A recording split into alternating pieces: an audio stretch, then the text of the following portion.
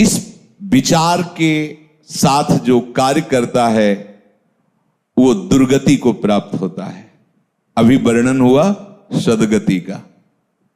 कर्मण्येवाधिकारस्ते मा फलेषु कदाचित्, तुम फल की कदापि चिंता मत करो, फल को हेतु मत मानो, केवल कर्तव्य कर्म का आज्ञा पालन, सीधे भगवत प्राप्ति, कोई विघ्न नहीं, कोई परीक्षा नहीं। परीक्षा उसकी होती जो विद्यार्थी होता है, जो समर्पित अपना बच्चा होता है, उसकी परीक्षा नहीं होती। इसीलिए भगवत रसिक जी ने कहा, कै बच्चा के पेट और घट करे बिना, बच्चा बन गए। जो पढ़ाकू हैं उनकी परीक्षा होती है। हम पहले ही कह रहे हैं बुद्धिहीन हैं, अजितेंद्री हैं, नाथ जैसे भी हैं, पर आपके हैं, वहां परीक्षा नहीं होती, ध्यान रखना। वहां जहां ये होता है मैं जितेंद्री हूं, मैं बुद्धिमान हूं, मैं ज्ञानी हूं, तो फिर वहां परीक्षा दिया जाता है, हल करो ये प्रश्न। ऐसे लोगों के बहुत से विरोधी बन जाते हैं और वो ऐसे दुर्गति के जाल में फंसता चला जाता है, निकलना मुश्किल होता है। कैसे लोग? मुझे सुख भोगना है, मस्त रहना है, चाहे दुनिया में आग लगे, पहली बात। दूसरी बात, जिन लोगों को ये विचार रहते हैं, अरे किसने देखा है भगवान को, मरने के बाद क्या होगा किसने दे, ये सब गपोड़ बातें हैं, ना लोक है ना परलोक है ना भगवान है, मौज मस्ती लो। ऐसा भी कर्तव्य कर्म का पालन नहीं कर सकता। जिसके ऐसे विचार हैं, ना भगवान पर विश्वास है, ना लोक पर विश्वास है, ना धर्म पर विश्वास है, ऐसा स्वेच्छाचारी मनुष्य राक्षसी कहा जाता है। दूसरी जो सूत्र वृत्ति बताई गई, यह भी राक्षसी वृत्ति है। यह किसी भी पाप कर्म में उतर सकता है, जैसे ऊपर वाला भी ऐसे दूसरा भी, क्योंकि ना भगवान का भय है, ना उससे शास्त्र का भय है।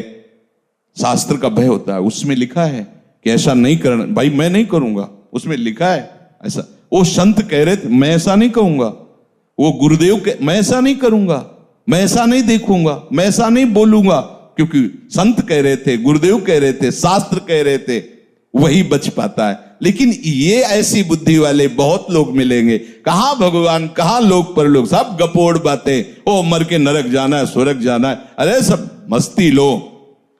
ऐसा मनुष्य स्वेच्छाचारी हो जाता है, किसी भी पाप कर्म में वो भयभीत नहीं होता। बुरे कर्म का फल, परलोक में जाके दुख भोगना, सब गपोड़ मानता है, सब गप है, कहीं कोई नहीं।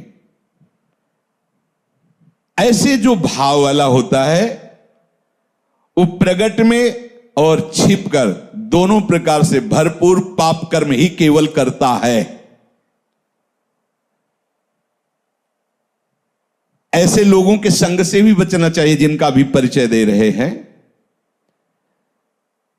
जो लोग अपने अस्तित्व को मिटा देते हैं पाप कर्म में, उनके अंदर विवेक नहीं रह जाता, बुद्धि नहीं रह जाती। बहुत ही नीच कोटि, मतलब शब्द ही नहीं उनके लिए।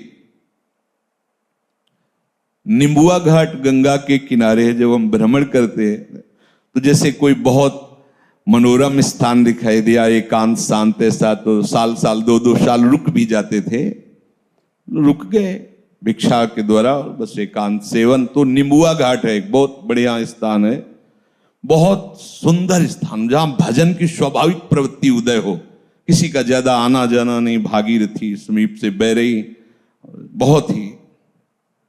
तो वहां 20-20 किलोमीटर लगभग दूर गांव होंगे, तो वहां से एक ब्राह्मण आते थे, तो कभी कोई प्रश्न करते तो भगवत कृपा से ऐसे सहज में ऐसे उत्तर, कोई प्रवचन नहीं, ऐसे 1-2 ऐसे बैठ। तो उनकी बड़ी श्रद्धा बढ़ी, तो एक बार वो अपने परिवार को लिवा के लाए, तो साथ में उनकी बेटी भी थी जो नवयुवती थी, तो ऐसे पूरी जली हुई थी, ऐसे पूरी, ऐसे यहां से ऐसे बड़ी सुंदर आकृति पर इधर से जली हुई। तो स्वाभाविक प्रश्न उनका, ये जन्म से ऐसा है इस बच्ची के, या? उनका नहीं महाराज,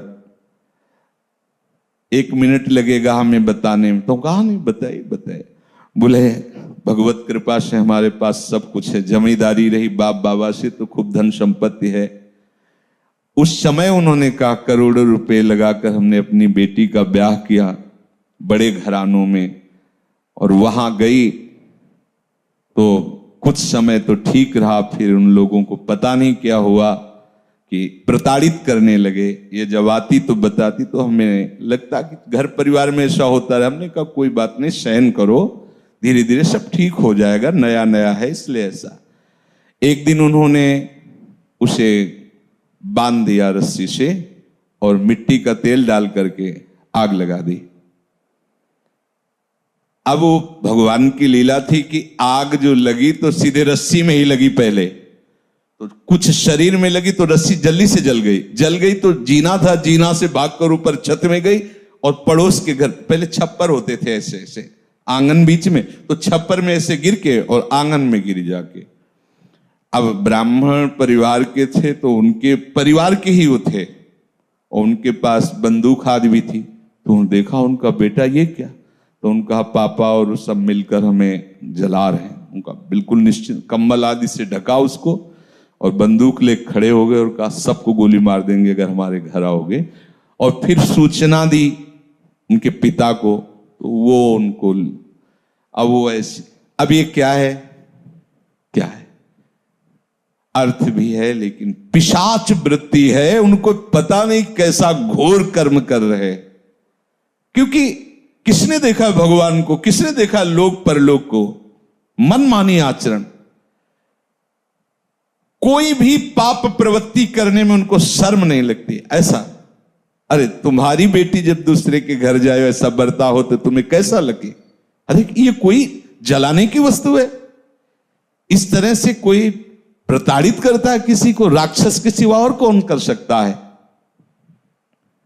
आसुरीम योनिमापन्नो मूढ़ा जन्मनि जन्मनि माम प्राप्य कौन्ते ततो यांत्यधमाम गतिम। भगवान कहते ऐसे लोगों को घोर दुर्गति में देता हूं और बार बार भयानक पीड़ा देता हूं, गलित कुष्ठ, ये वो नर्क, दुनिया की दुर्गति, ना आंख ठीक से खुल रही है, ना शरीर सड़ रहा है, भोग किया मनमानी तो भोग उसको। भगवान कह रहे हैं आसुरीम योनिमापन्ना मूढ़ा जन्म, ऐसे मूढ़ों को मैं जन्म जन्मांतर कष्ट देता है, स्वामी बोल रहे हैं स्वयं।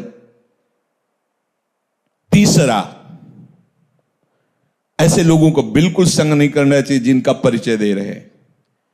मेरा कोई क्या बिगाड़ लेगा, मेरा कोई क्या बिगाड़ लेगा, ऐसे संसार का बहुत अहित करने वाले वृत्ति के लोग होते हैं। बहुत अहित कर, मेरा कोई क्या बिगाड़ लेगा, मैं जो करूंगा जो करूंगा। किसी से ये ठीक से बात भी नहीं करते, ऐसे लोग अहंकार से भरे रहते हैं। अभिमान के कारण इनकी शत्रुता ही बढ़ती रहती है। अपने बंधु बांधवों का भी ये हित नहीं कर सकते, ऐसे स्वभाव वाले लोग। ये फलस्वरूप सबसे घृणा करते हैं और स्वयं सबके घृणा के पात्र बन जाते हैं।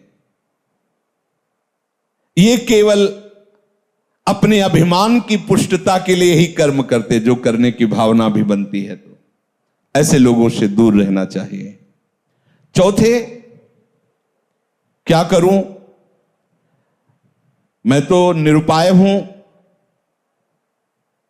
सुनता तो हूं शास्त्र की बात, भजन करना चाहिए, सत्य से चलना चाहिए, व्यभिचार नहीं करना चाहिए, चोरी नहीं करना चाहिए, समझता हूं, पर मैं ऐसा कभी कर नहीं पाऊंगा।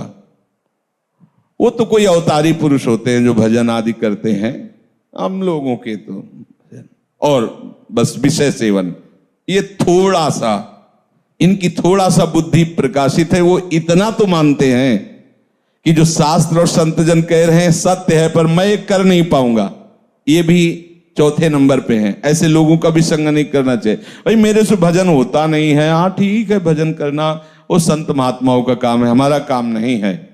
हमारा काम है केवल माया प्रपंच में फंसे रहना। तो ऐसे भी लोगों का संग नहीं कर, ऐसे लोग भी वो कर्तव्य कर्म का पालन नहीं कर सकते।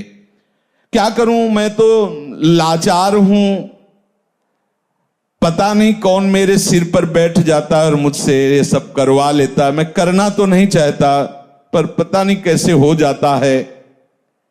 और बहुत सी जिम्मेवारियां हमारे ऊपर हैं, ये सब शास्त्र की बातें मैं नहीं कर पाऊंगा। हाँ, अगर कोई भगवत प्राप्ति है तो महात्माओं के लिए है, हम जैसे गृहस्थों के लिए तो नहीं। और फिर भगवान को लेकर भी हम क्या करेंगे?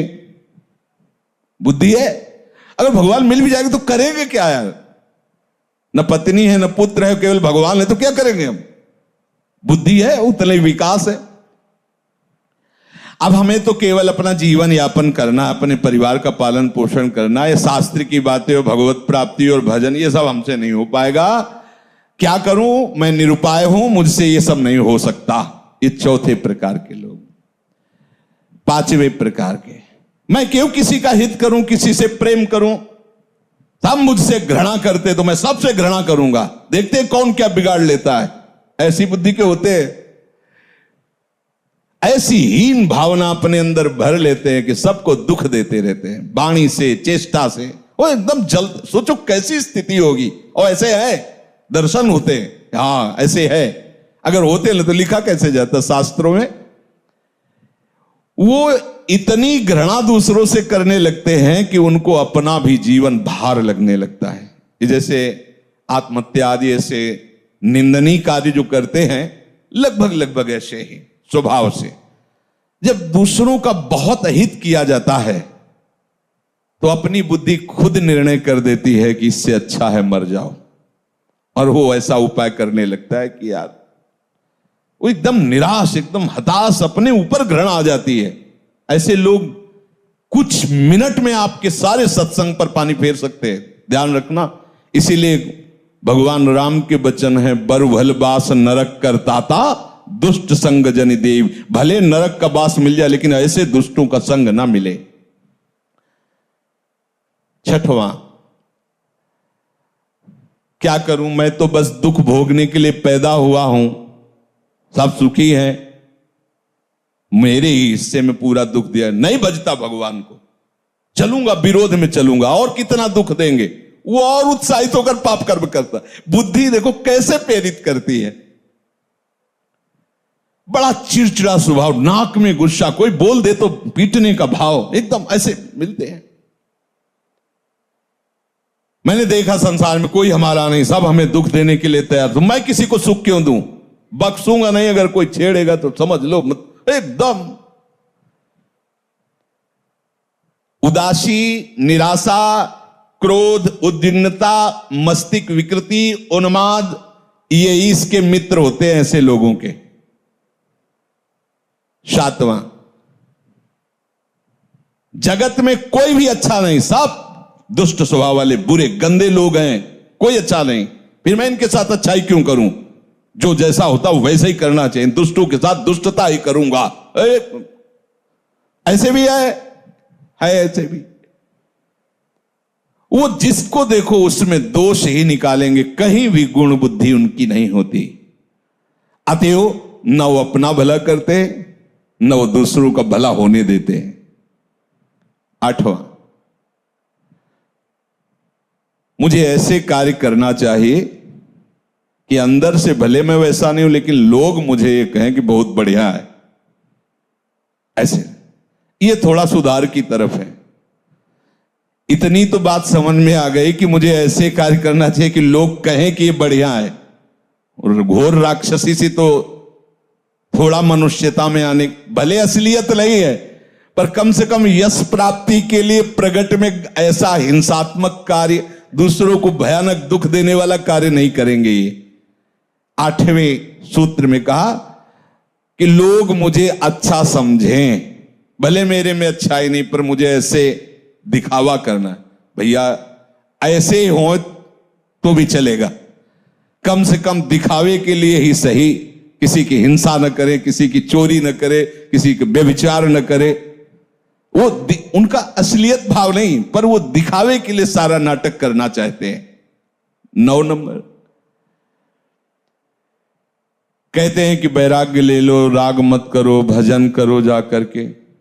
अगर मैं घर से निकल जाऊं तो सब चौपट हो जाएगा। मेरे द्वारा ही ये घर चलता है।